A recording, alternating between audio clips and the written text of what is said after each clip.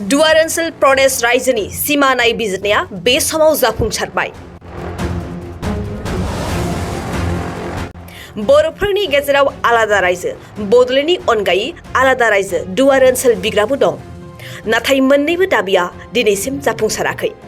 दिनैनि समाव बड'लेण्ड दाबिजों समान समाननो रअनसल बिग्राफोराबो सम सम समाजारि बिजोंनि गेजेरजों रायजो राजाफोरनो मिथिहोगासिनो।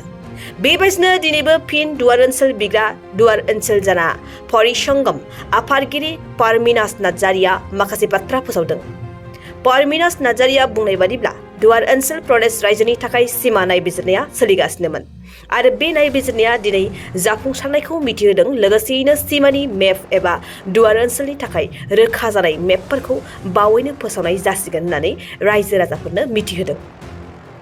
प्रप'ज्ड रअनसल प्रदेश रायजोनि जोबथा सिमना निष्ठा दैमानि दालां सायाव थानानै बे बाथ्राखौ बुंथिदों रअनसल जाना परिसंगम आफादगिरि पारमिनास नार्जारिया।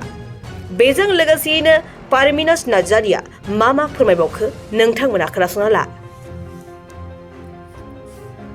गोजोन्थों, खुलुमग्रोबाय। दिनै मोनसे जारिमिनारि सान जे दुवार्स एलेखानि जोङो मोनसे सार्भे खालामबाय थादोंमोन। दिनै फैनानै बे 18था दुवार्सनि जोबथा सिमनायाव जों दंफैयो। जे नाखि जोंनि जे रअनसल प्रदेशनि जे सिमनाबो जागोन। बे दुवार्स जाहैबाय नोंना ओरैहाय सोनाब फारसे थाबाय नोंना थाराय दुवार्स। दायो जोङो तिस्ता ब्रिजआव दङ।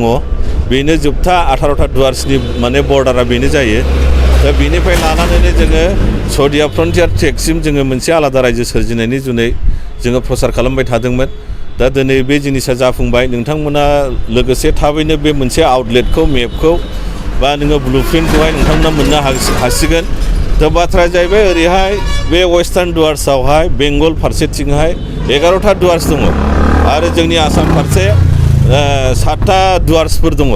बेखौ माने मिलायनानै 18 दुवार्स गासै सरजाबनानै 18था दुवार्स जायो आरो बेखौनो होनो गासै 18था दुवार्सखौ लानानै मा होनो रअनसल प्रदेश जोङो मोनसे जारिमिनारि जे जोंनि हालामखौ लानानै जोङो बिगासिनो दं भारत सरकारनिसिम। आरो बे जिनिसा जाहैबाय जे दानि जे खामथापुर बा नोङो कुचबिहार स्टेट बिगासिनो दङ। बे हालामा 18था दुवार्सआ बेजों जेबो लोब्बा गैया। बेयो 1869 भुटान दुवार्स एक्टआवनो बे एलेखाखौ एक्सक्लुडेड एरिया ट्राइबेलफोरनि आलादा एखुथा एरिया होननानै डिक्लेयार खालामखानायखा आरो लोगोसे नन रेगुलेटेड एरिया बेखौ लानानैनो बै समनि हिदायत आली कर्नेल बिथाङा बे एलेखाखौ सालायबोबाय थादोंमोन माने 1869निफ्रायनो आरो। दा बे जिनिसा फैयै भारत स्वाधीन जानायनि सिगांसिमबो 1944सिम बा 1947सिम बे एलेखाखौ ट्राइबेलफोरनि एखुथा एलेखा हिसाबैनो एक्सक्लुडेड एरिया हिसाबै बै समनि जिपि मिल्स होननाया सालायबोदों। जोबथारनायाव प्रथमानो जाहैबाय नोङो हिदायत आली कर्नेल बिथाङा बे एलेखाखौ सालायबोदोंमोन। थारमाने ट्राइबेलफोरनि अरायसम बे एलेखाया एखुथा ओनसोलखामोन। दा जोङो बेखौ लानानै होनदों जे कुचबिहार आरो अनन्त महाराज बा खामथापुरनि जायफोर डिमान्ड खालामगासिनो दं जे बेजोंहाय बे दुवार्स एलेखा हालामा खुनु लोब्बा गैया। 1949नि मार्जारावबो बिथांमोना जादों 28 आगस्ट 1949आव कुचबिहार मार्जार। जोंना बे दुवार्स एलेखा जादों 9 आगस्ट 1949आव।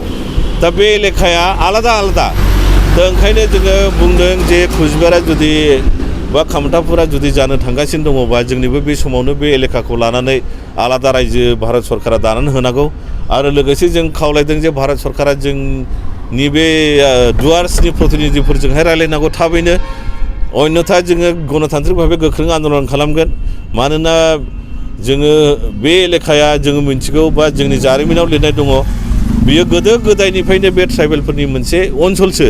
बेहाय इनार लाइनबो सोलियोमोन माने रेस्ट्रिक्टेड एरियामोन। बहाय नोङो गुबुन नन ट्राइबेलफोरनि खुनु माने बहाय अधिकार गैयामोन। दा बे एलेखाखौसो लानानै जोङो बे जिनिसखौहाय जोङो 18था दुवार्सखौ आलादा रायजो हिसाबै रअनसल प्रदेश मुङै बिगासिनो दङ। बुंनो थाङोब्ला बियो कुचबिहारनिबो नङा आसामनिबो नङा आरो बुंनो थाङोब्ला बेखौ मार्जार खालामनानैसो 1949आवबो सोनाय जादों। दा बे ग्राउन्डआव बे एलेखाया फुरा माने एक्सक्लुडेड एरिया ट्राइबेलफोरनि।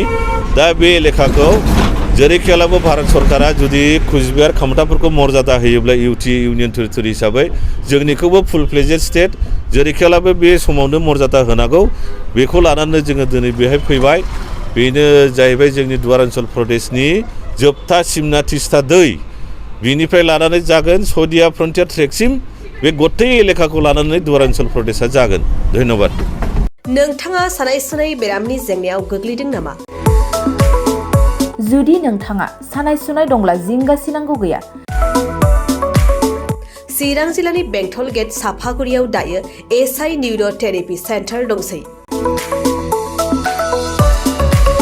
बे थेरापि सेन्टाराव नोंथाङा गोरलैयैनो देहानि सानाय सुनायखौ फाहामथाय लानो हागोन बे आथिं सानायानो जाग्रोदों ओमफ्राय जानाया एसे सिगांनिफ्रायनो जाखादों ओमफ्राय बिदिनो गुबुन गुबुन मुलि जाबाबायदों ओमफ्राय हामाखै दिनैनि ट्रिटमेन्टआ नङा आङो एसे मोजां मोनसिनबाय जेरै सिं सानाय आफादावरि सानाय मोदोम जरा सानाय आइजोफोरनि जेंना खर' सानाय बायदि बेरामखौ फाहामनाय जायो लोगोसेयैनो बे सेन्टाराव थानानै फाहामथाय लानो हानायनिबो सुबिदा खालामदों नोंथांमोनहा एएसआइ निउर' थेरापि सेन्टाराव फाहामथाय लानो गोसो दंब्ला नैबे मबाइल नम्बर 7620160459 नङाब्ला 9476977956 आव थोंजों सुलाद लानो हागोन